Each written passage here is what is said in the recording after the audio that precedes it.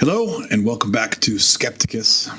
We are once again going through the Bible in a little series I like to call An Atheist Reads the Bible. So we have made it through the first 6 chapters of Genesis, and we are diving right in now.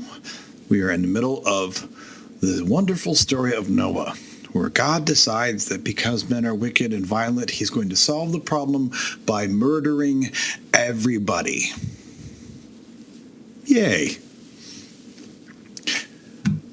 The Lord then said to Noah, "Go into the ark, you and your whole family, because I have found you righteous in this generation. Take with you 7 pairs of every kind of clean animal, a male and its mate, and 1 pair of every kind of unclean animal, a male and its mate. And also 7 pairs of every kind of bird, male and female, to keep their various kinds alive throughout the earth. 7 days from now I will send rain on the earth for 40 days and 40 nights, and I will wipe from the face of the earth every living creature I have made." First, I want to point out that literally in the last chapter, he said, go get a pair of every animal, okay? Every kind of animal. And granted, it makes more sense if you're trying to keep a species alive to have more than just 1 male and 1 female. I understand this. But then literally a few verses later, he's saying, oh, well, all the clean animals, you need 7 pairs of them. And all of the birds, you need 7 pairs of them. Now, I don't know why you don't need 7 pairs of lions or 7 pairs of, monkeys, but apparently you need 7 pairs of the clean animals and the birds, and you only need 1 pair of the unclean animals. I guess the idea is if something goes wrong and the unclean ones can't continue to recreate, hey, they're the unclean ones. Sure. He says, I will wipe. He says, to keep their various kinds alive throughout the earth. Well, what would have been a really great strategy for keeping their kinds alive throughout the earth? Not wiping out everybody, not murdering all the people and all the animals and everything that walks the land and flies over the land. Why not just avoid mass genocide? And we could avoid this whole problem. This whole idea of how we try to keep the animals alive when you are specifically going out of your way to wipe them all out just seems odd and so counterproductive and violent as hell. And why? This is God. If he wants to kill all the people, he could Thanos snap them. Instead of killing half of them, he could just say, you know what, everyone but Noah and his buddies, boom, they're gone. I mean, this is God we're talking about, but instead he decides to send a flood to destroy everyone and everything. And then he has to give us all these complex plans on how we actually maintain the animals so that they can repopulate the earth again. How about you just don't wipe them all out to the point of extinction or within a breath of extinction? How about we just don't do that? That would seem to be so much simpler. Oh, that's right. It would kind of make sense. But no, none of this makes sense.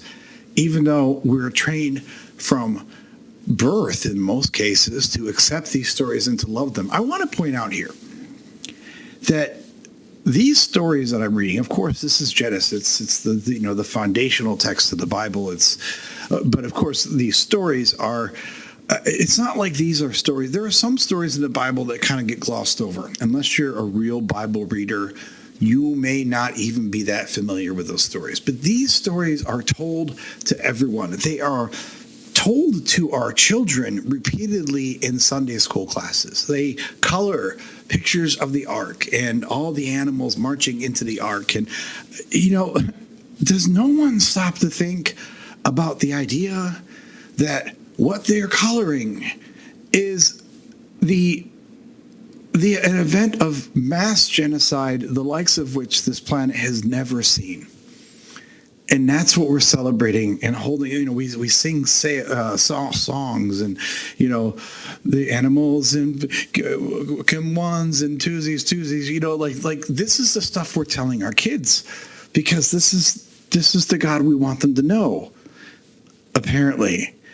And that's fine. I just can't believe how many people have read this story and promote this story as something that they want to boast about their God about. That blows my mind. Anyway, I digress. And Noah did all that the Lord commanded him. Noah was 600 years old when the flood waters came on the earth, and Noah and his sons and his wife and his sons' wives entered the ark to escape the waters of the flood. Pairs of clean and unclean animals, of birds and of all creatures that move along the ground, male and female, came to Noah and entered the ark as God had commanded Noah. And after the 7 days, the floodwaters came on the earth. I guess it's nice that God had the creatures come to him, because that really would have sucked to have to go out and capture a pair of every one of these animals. Instead, I guess they all just came marching up, and by ones and twosies. That's great, because that's about the only favor that God did for him here. This is a 600-year-old man, and you have him creating an ark and stewarding all these creatures. This has to suck. But okay, he does all this. What I also want to know that's never mentioned in the text is, at any point in time, did Noah think, maybe I should just at least warn other people? God has told me, maybe that sounds self-defeating because God said I'm going to kill them all, but even then, he could have at least tried to let a few people know. They had to see he's building this giant freaking boat. That alone the neighbors had to wonder, what the hell's going on over there? Really? You're building a boat? In my front yard, if I were to build a tool shed that doesn't match code, I'm going to have people all over me. But apparently Noah was just creating this massive naval vessel, and everyone's just like, do. And Noah, as far as we know, never said to anyone, yeah, you might not want to buy any green bananas. You might want to invest in boats. Maybe you want to do a little boat making of your own. Did he just sit back quietly and assume, well, God's going to murder everyone? Oh, well. I don't know. It probably would have been seen as some type of heresy by God if he had told anyone else. But what a horrific move of betraying all fellow men by not at least saying, guys, I know this sounds weird, but I think God's been talking to me, and he says he's going to murder everyone. If you put any faith in that account at all, maybe you want to get some higher ground or something. I don't know. It definitely seems like Noah is at least somewhat complicit in this. Anyway, in the 600th year of Noah's life, this poor dude, on the 17th day of the second month, on that day, all the springs of the great deep burst forth. First of all, you can't flood land by springs coming up, okay? Because where did you think that water came from? It came from under the earth. So, you can temporarily flood a small region if a bunch of water started flowing up under the earth, but you can't flood the earth like this, just like you can't flood the earth by emptying the clouds. That would be an inch or two of rain over all the land. Oh, well, okay. Anyway, on that day, all the springs of the great deep burst forth, and the floodgates of the heavens were opened, and rain fell on the earth 40 days and 40 nights. Also, if all the clouds that cover the earth right now were to start raining immediately, they wouldn't even be able to last 40 days before there were no more clouds. But all right, this is God. I guess he went and got the water from Mars or something, or he pumped it up from some well. Who knows?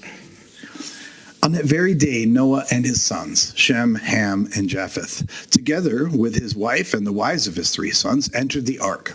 They had with them every wild animal according to its kind. Here we go again, according to their kind. all livestock according to their kinds, every creature that moves along the ground according to its kind, and every bird according to, that's right, its kind. Okay, everything with wings. Pairs of all creatures that have the breath of life in them came to Noah and entered the ark. So, no zombies. Good deal. The animals going in were male and female of every living thing as God had commanded Noah. Then the Lord shut him in. I love that sentence. Like, was there a lock on the outside of the boat where God was just like, okay, you're locked in. We're done. You can't get out. Did he have to open it back up at the end for them to get out? Like, that's weird. It's like God was tucking them in or something. Like, here you go. I've locked the door behind you. For 40 days, the flood kept coming on the earth, and as the waters increased, they lifted the ark high above the earth. The waters rose and increased greatly on the earth, and the ark floated on the surface of the water.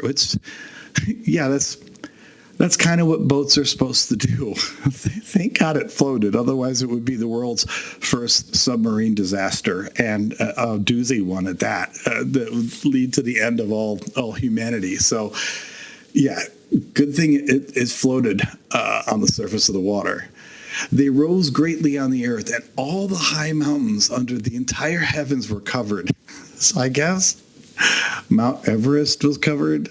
I guess that the Rockies and the Himalayas and everything, they were all covered, even though all the clouds on the earth would give you a couple inches of rain tops. But okay, somehow we imported all this water. The waters rose and covered the mountains to a depth of more than 15 cubits. So apparently Mount Everest was 15 cubits below water. Sure. Every living thing that moved on land perished. Birds, livestock, wild animals, all the creatures that swarm over the earth, and all mankind. Everything on dry land that had the breath of life in its nostrils died because God murdered them all. Every living thing on the face of the earth was wiped out. People and animals and the creatures that move along the ground and the birds were wiped from the earth. Only Noah was left, and those with him in the ark. The waters flooded the earth for 150 days. This is Genesis 7. I want to take a quick aside here. I want to point out that I can hear the protestations already of some Christians who would say, look, these are biblical stories. You're not supposed to take all this literally, and it's, maybe it's unfair, even mean-spirited of me to point out just the raw, factual impossibilities of what's happening here. But that's fine. And if you are a Christian who believes that the Bible should not be taken every word literally, then good on you. Kudos on you. Even though I don't hold your faith, at least I can have more respect for your sanity. But as I said when I started this series, I am going to take a lot of these things in here literally and exactly as they are in the text, because this is what gets thrown in our face all the time. I don't mean atheists. I mean anyone who's conversing with a Christian, anyone who's trying to use this crap as a basis for law or for archaeological study or as a basis to argue against science. They pull out stuff like this, and it makes no sense. So if you're not taking these things literally, that's great, and I'm not trying to attack you. But there's a lot of people, unfortunately, especially in this country, in the good old US of A, who are taking this crap like every single word of it is gospel and should be taken literally as the God's truth. And not only does none of it add up factually, but I love those who say, yes, let's take it all as God's truth. Yes, you are giving us an account of your God deciding that he didn't like what he created, so I'm going to kill everyone. I'm going to murder the planet. Not just the people, but the animals too. Like, what is the point of that? You have the ark so you can repopulate the earth. Were the existing squirrels wicked? Did he only take 2 squirrels that were godly and righteous and put them in the ark? Or maybe he just could have left the squirrels there. Maybe you could have left the birds there. I mean, even if we can find some way to justify murdering every human on the planet, you still don't have to kill all the animals, and you could still find any number of different ways to wipe all of humanity. But instead, he takes this clumsy, idiotic approach and says, I'm going to flood the whole damn surface of the earth, and then we're going to have to rebuild it again because, oops, I killed everything. What the hell?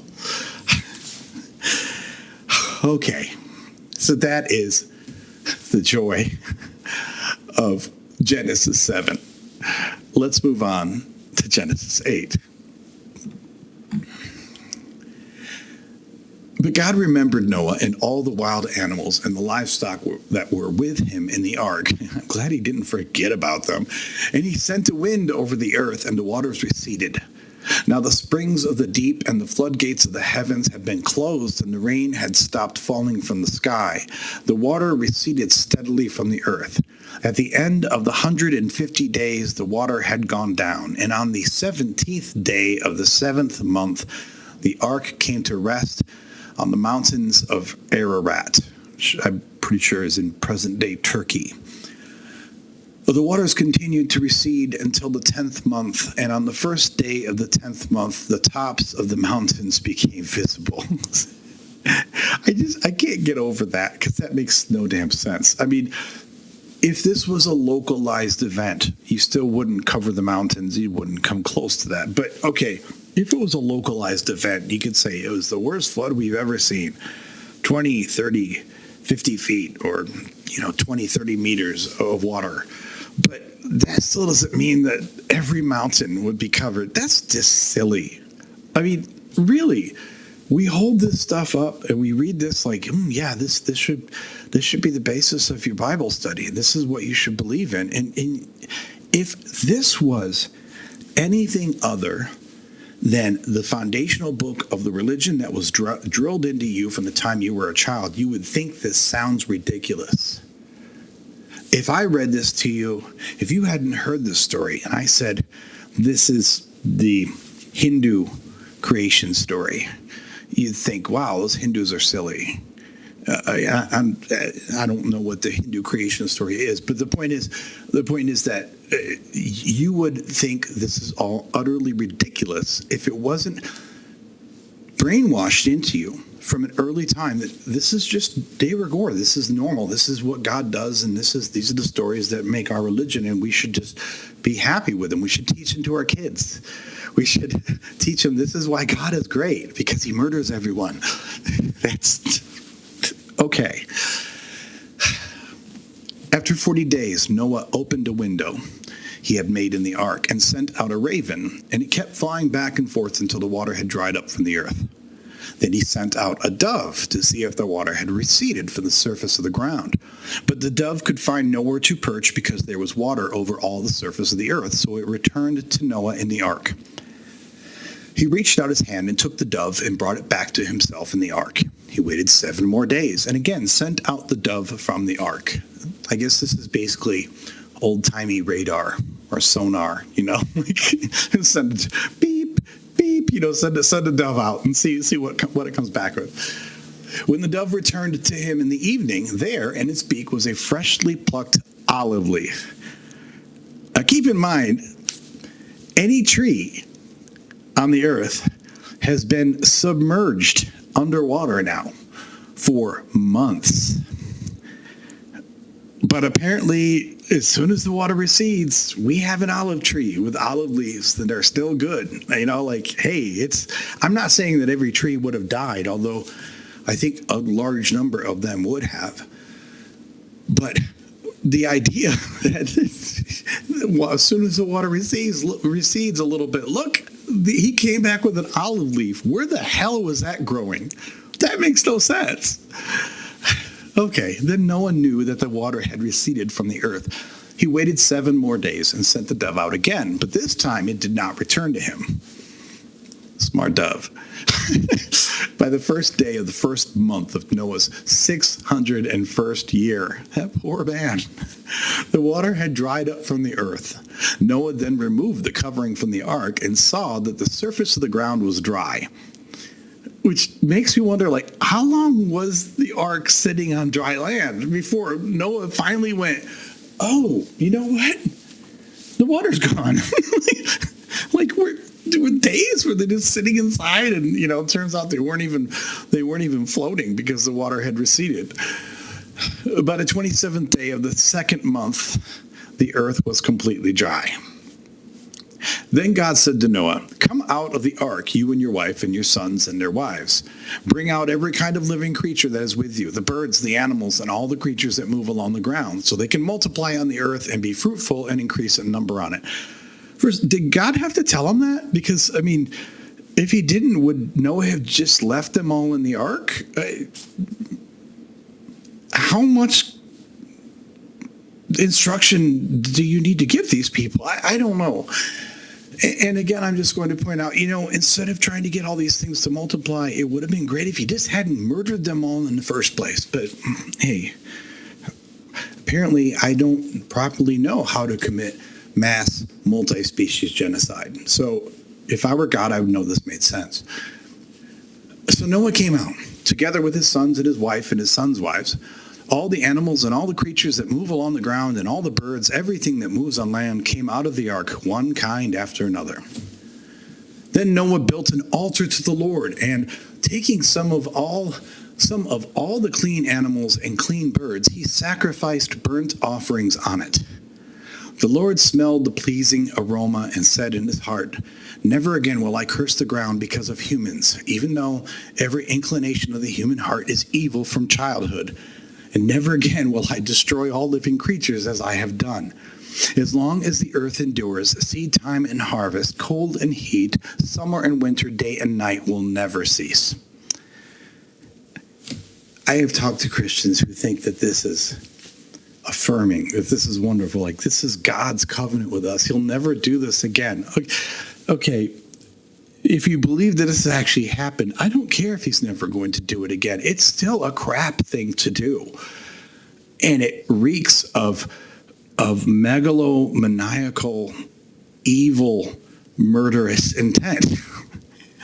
And I love how after going through all this, and you have 7 pairs of the clean animals and all this time in the ark, and the first thing you have to do when you get out of the ark is sacrifice some of these animals. You have a gene pool now for these animals that is vanishingly thin.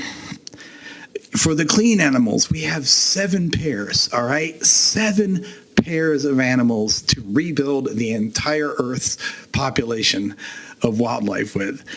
And yet, the first thing we have to do when we get out of that ark is burn some of them. And it says the Lord smelled the pleasing aroma. Lord loves barbecue. Man, he loves a good cookout. He loves that. He loves the fat portions. He loves that pleasing aroma of them cooking up. He's like, yeah, it's dinner time. He's loving that. But the idea that you would get out after all this, I know obviously you could say, well, of course Noah is grateful because he's been saved. I don't know. Granted, it's better than not being saved, but if you come to my town and you murder every other person that's there and every other animal, every other living thing, at the end of that, even if you spared me, I'm not coming out of that ark and saying, "Oh God, thank you. Let me make offerings to you." I'm saying, dude, that was messed up. How dare you? But I guess this is what they teach us in the Bible, that it doesn't matter how perverted and nonsensical and outright violent God's actions are. In the face of all of it, what we're supposed to do is say, "Thank you, sir, may I have another? Thank you, sir, may I have another?" And that's what's happening here. You've got nothing but a handful of each species left to try to repopulate the earth. And are we using them to try to make sure that they have as many healthy offspring as possible? No, we're burning them so God can enjoy the pleasing aroma of his barbecue. Okay. That's Genesis 8. Let's look at Genesis 9. God's covenant with Noah. Then God blessed Noah and his sons, saying to them, be fruitful and increase in number and fill the earth. Well, yeah, you've got it all to yourself now. The fear and dread of you will fall on all the beasts of the earth and on all the birds in the sky, on every creature that moves along the ground, and on all the fish in the sea. They are given into your hands. Everything that lives and moves about will be food for you. Just as I gave you the green plants, I now give you everything. Okay, you didn't have the non-green plants before. Now you've got them all. Sure. This whole idea that the way that this is written is actually kind of creepy. The fear and dread of you will fall on all the beasts of the earth. What? Now, I understand if you're hunting or something, or if you're about to kill an animal on your farm, livestock. If the animal understands what's happening, it's going to fear you. It's going to be understandably freaked out. But just the idea that it says, "Be fruitful and increase in number and fill the earth. The fear and dread of you will fall on all the beasts of the earth and all the birds of the sky," and like we're going to become these horror movie villains or something. Like, what the hell? And that's what we're supposed to be praising God for. Sure. But you must not eat meat that has its lifeblood still in it. And for your lifeblood, I will surely demand an accounting. I will demand an accounting from every animal, and from each human being too. I will demand an accounting for the life of another human being. Okay, whoever sheds human blood, by humans shall their blood be shed. For in the image of God has God made mankind. Okay, that applied to all the other people who you just murdered. He's just wiped out the population of the earth, the humans and all the animals and all the creatures. And now he wants to pull this self-righteous crap about there will be an accounting, and if whoever sheds human blood, by humans shall their blood be shed. Like, dude, read the room. That takes some nerve. Like, wow, talk about being just completely clueless to what you've just done.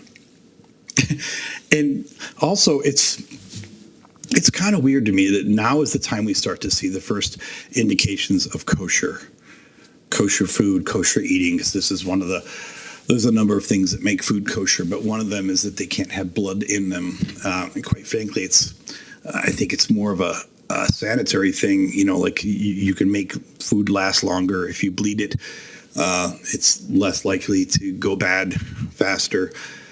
But it just seems like a weird spot to throw this in. Like, I guess your steak needs to be drained of blood before you throw it on the grill. Why? This stuff just gets randomly thrown in. Like God's like, oh, and by the way, no more lifeblood in your meat. Oh, okay, sure. As for you, be fruitful and increase in number. Multiply on the earth and increase upon it.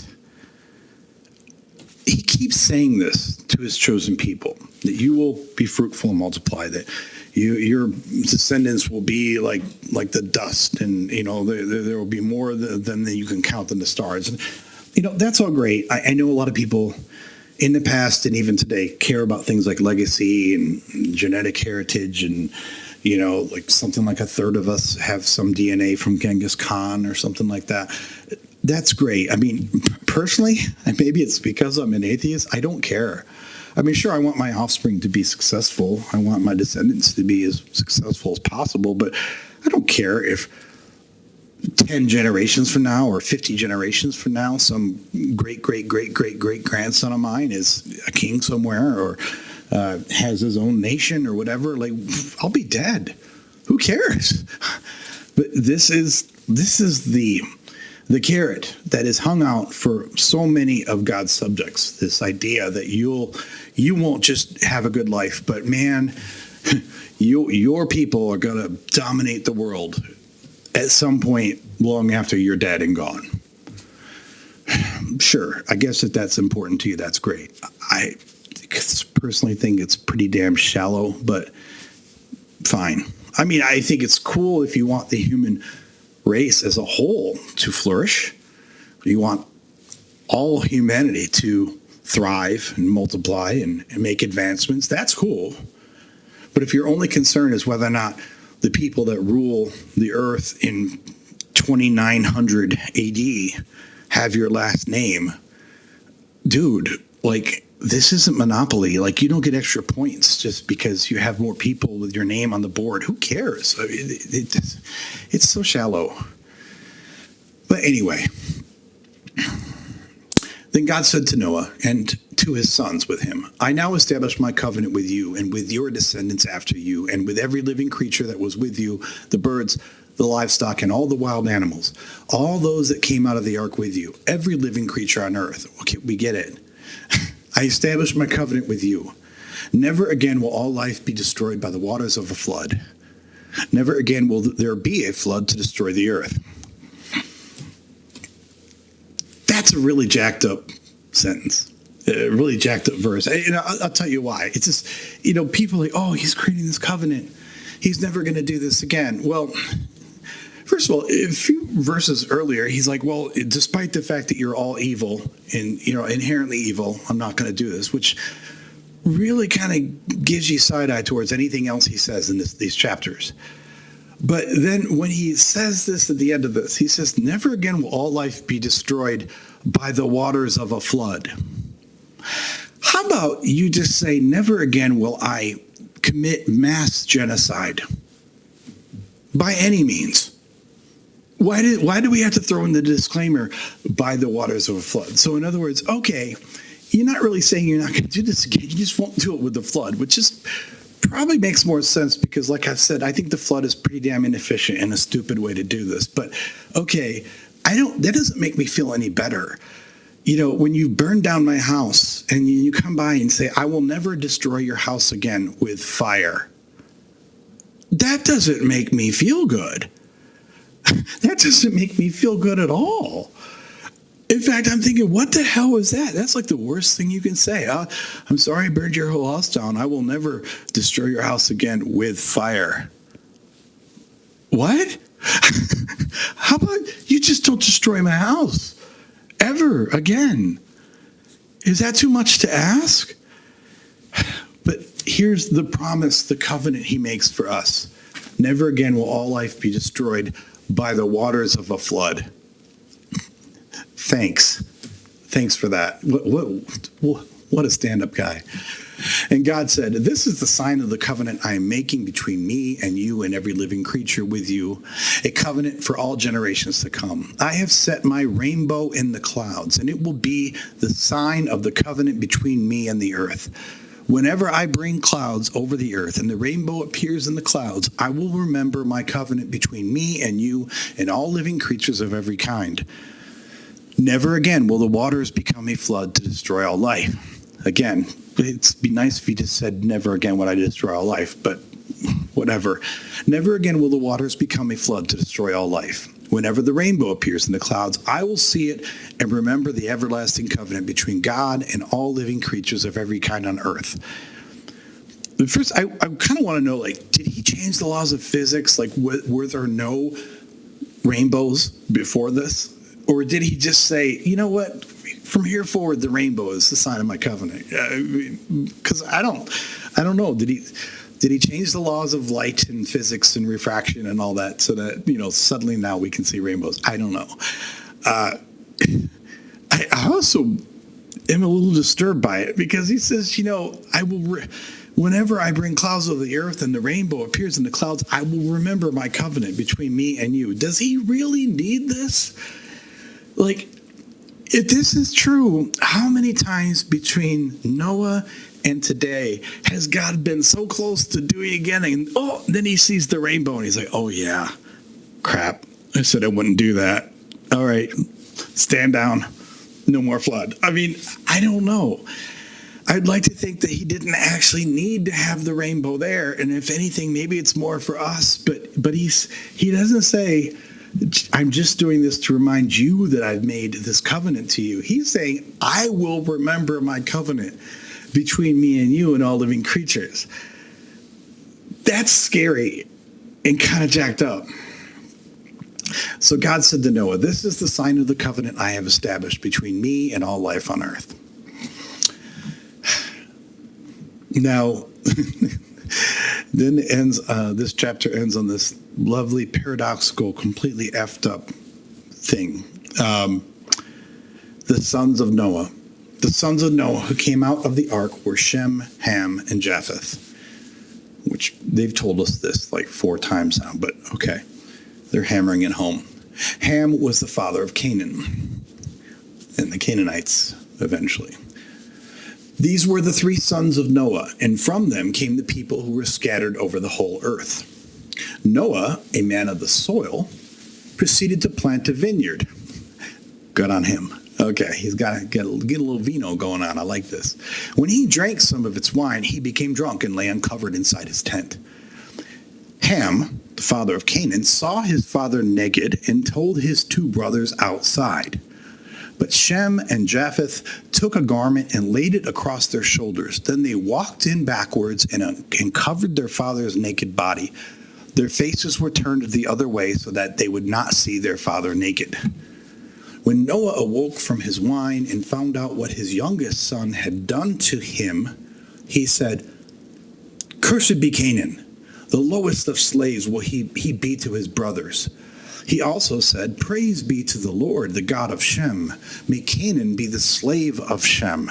May God extend Japheth's territory. May Japheth live in the tents of Shem. And may Canaan be the slave of Japheth." After the flood, Noah lived 350 years. Noah lived a total of 950 years, and then he died. That's just weird, okay? The fact that they throw this in, and it makes no sense, okay? Noah becomes a grape farmer, has a vineyard, getting himself a little, getting high on his own supply there, which is fine with me. And he gets a little too drunkety one night, and he passes out in his tent naked. And Ham sees him in the tent, tells the other brothers, "Hey man, Dad's passed out naked in the tent." And apparently from that, a couple things happen. First of all, the reaction of his brothers is hysterical to me. They take a garment and put it across their shoulders, and they walk in backwards because God forbid that anyone see Dad's junk. I don't want to see my dad naked either. And it's probably a little embarrassing if Dad got so messed up that he's passed out naked on the floor of his tent. But at the end of the day, who cares? He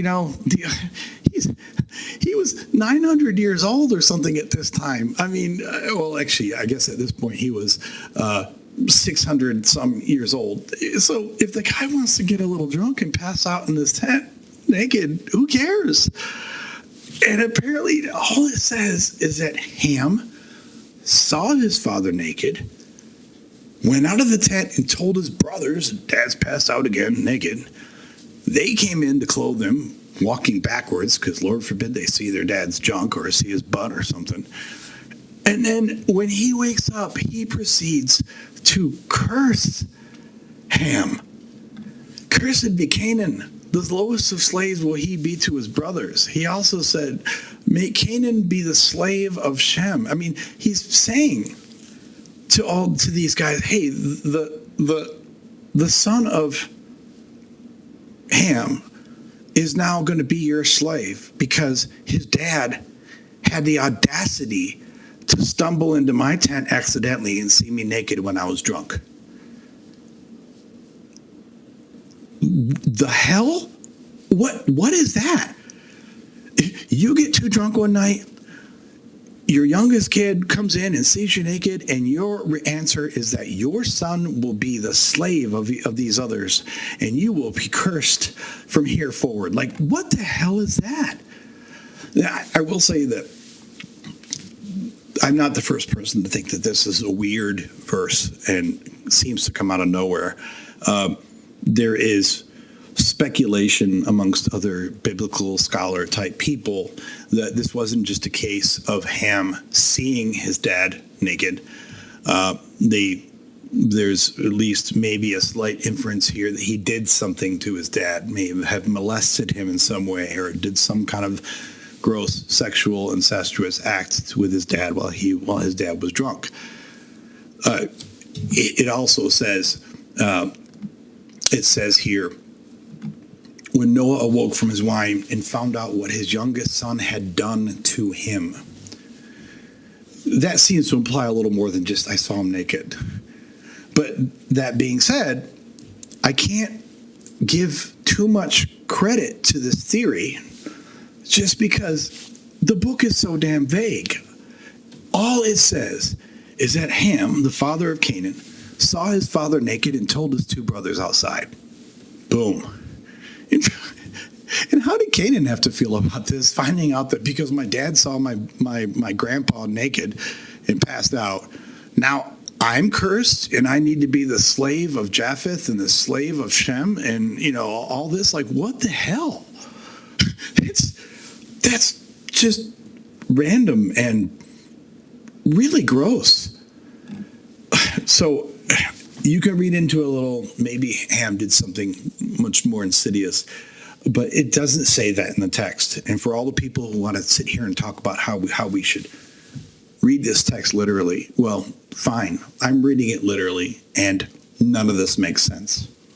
The only way it can start to make even a little bit of sense is if you assume that some kind of assault happened that is not explained here in the text. And even then, if that happened, why is Ham's son the one that's cursed? What? That makes no sense. And this is what we're holding up as this great example of religion and what we should follow. Okay, that's great. That was Genesis 9.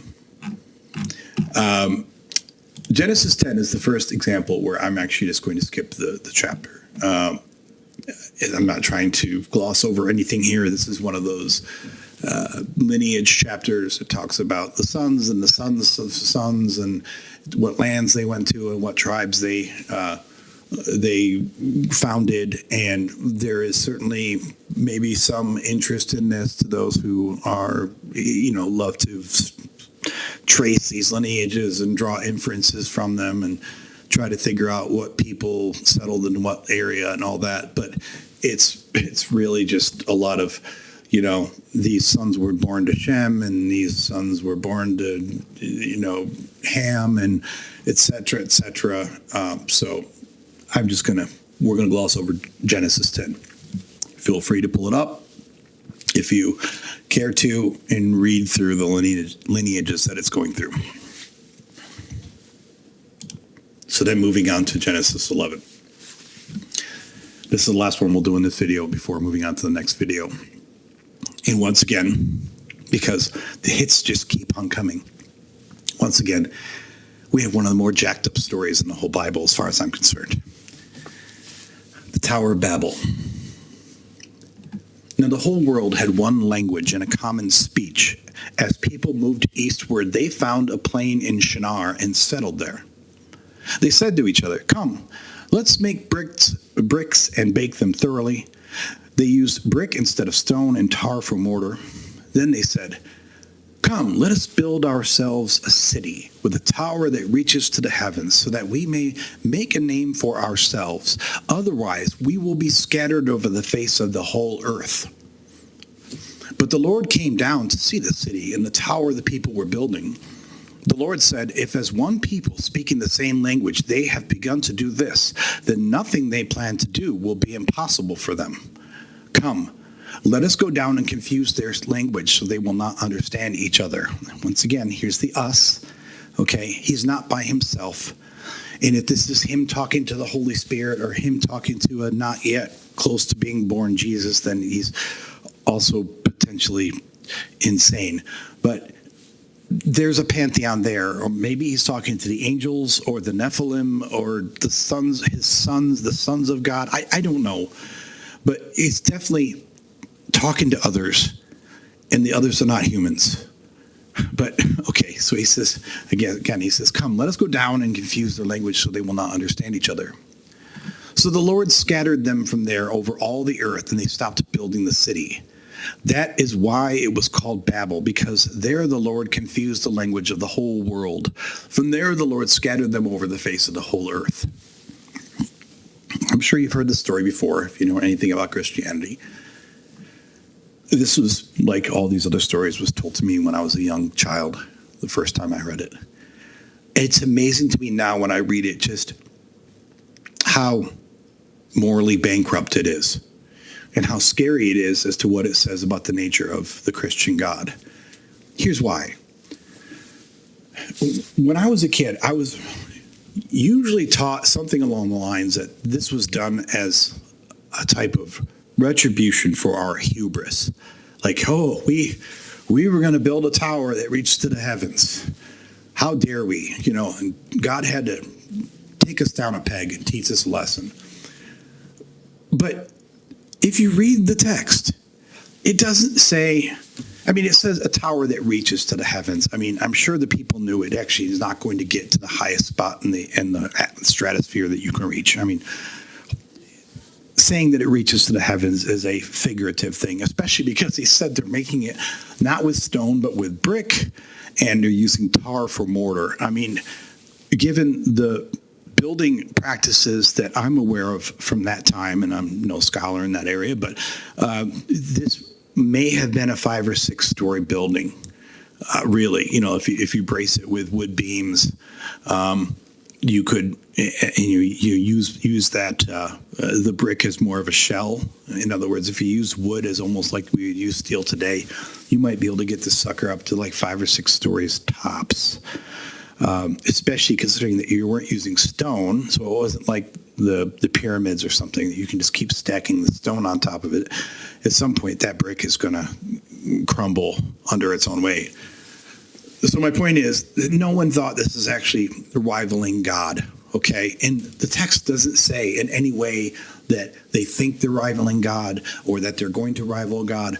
The text actually, I think, is kind of sad and poignant because when it talks about what the people are saying, they're saying, let us build ourselves a city with a tower that reaches to the heavens so that we may make a name for ourselves. Maybe there's some hubris there, but that doesn't come across as being incredibly arrogant. You're just saying, I want to make a name for myself. I want us to make a name for ourselves. Just like they did with the pyramids and everything. You know, these become cultural touchstones so that we may make a name for ourselves. Otherwise, we will be scattered over the face of the whole earth. Now, I don't know how making a name for yourself is supposed to keep you from being scattered over the face of the whole earth. That connection there isn't really clear to me. But I will say this. It is very clear that these people, according to the text, just wanted to make a name for themselves. And what they feared specifically was being scattered over the face of the whole earth. So what does the Lord do?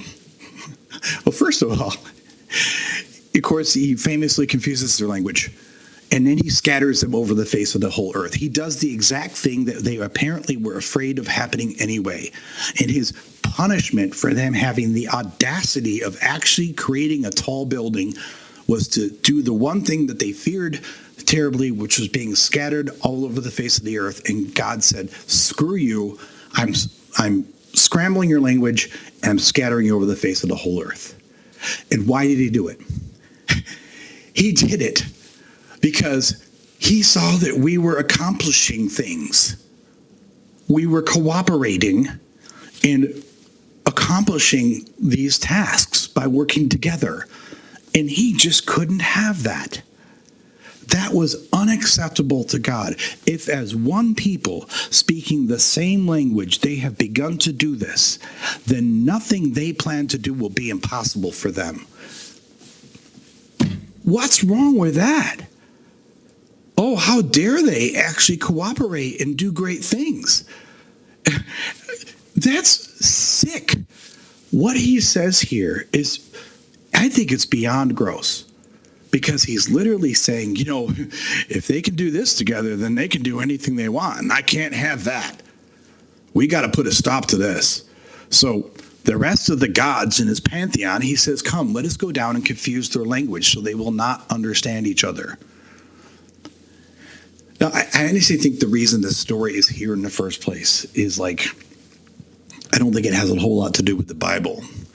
I think it comes down to someone trying to provide some type of storytelling tradition that explains why we have all these languages and cultures today.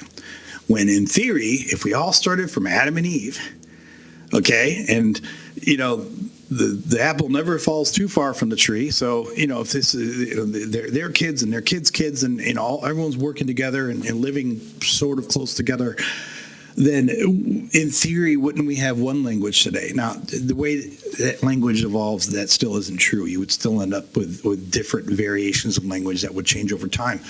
But I think the people that wrote this originally did not understand how these things would be how these languages would be evolving. So they said, let's create this story that basically says why we have all these languages and all these different people. Even though we all came from Adam and Eve, this is why we have all these languages. I think that's really what they were trying to convey in the story. But the sad thing is, what they ended up conveying is that God is gross. The Lord is really gross. Apparently, his big fear here is that nothing that we plan will be impossible for us. And Lord knows we can't have that. Oh gosh, that's just not acceptable. We have to have some way of keeping people down. I mean, this is crab pot mentality right here. This is no, don't let these people get too good. Don't let them, figure out how to build grand things and make cool buildings. No, we have to stop this. We have to nip this in the bud. And what he does, not only does it stop the building, but he does the one thing that they said that they feared, which was to scatter them over the whole face of the earth. What a dick move. I mean, this is really a dick move. And yet this is told to our children in Sunday school, this is the story of the Tower of Babel. Come on, Johnny. Let's tell you all about how God just was pissed off that we were doing things cooperatively and achieving great things, and he decided to put a stop to it. This is your God, your Christian God. And you hold up these stories like this is what you're proud of? I guess. Again, if this was a story from a different culture, you would probably think it's gross.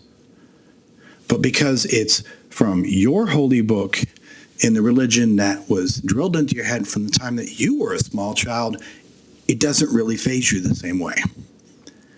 And I think that's kind of sad.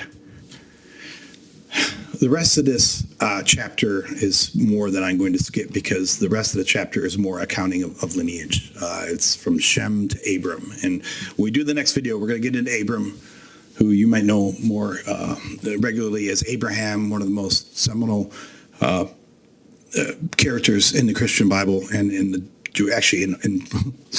Christian Bible, in the Hebrew Bible, and even in the Quran.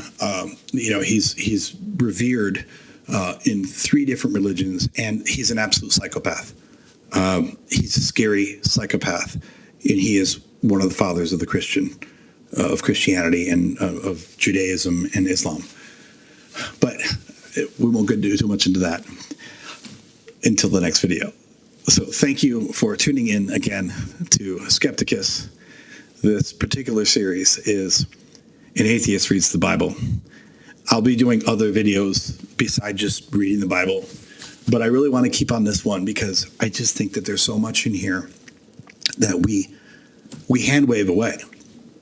And we act like, oh, that's just normal. That's the Bible. That's the Old Testament God. Or, we have all these different ways of hand waving away the grossness.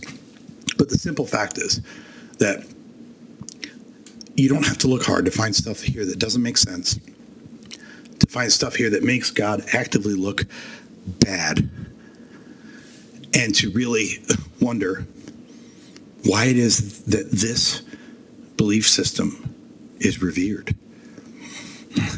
Thank you for joining. And next time, in the next video in this series, we will be jumping into Abram with Genesis 12. Hope you have a good day.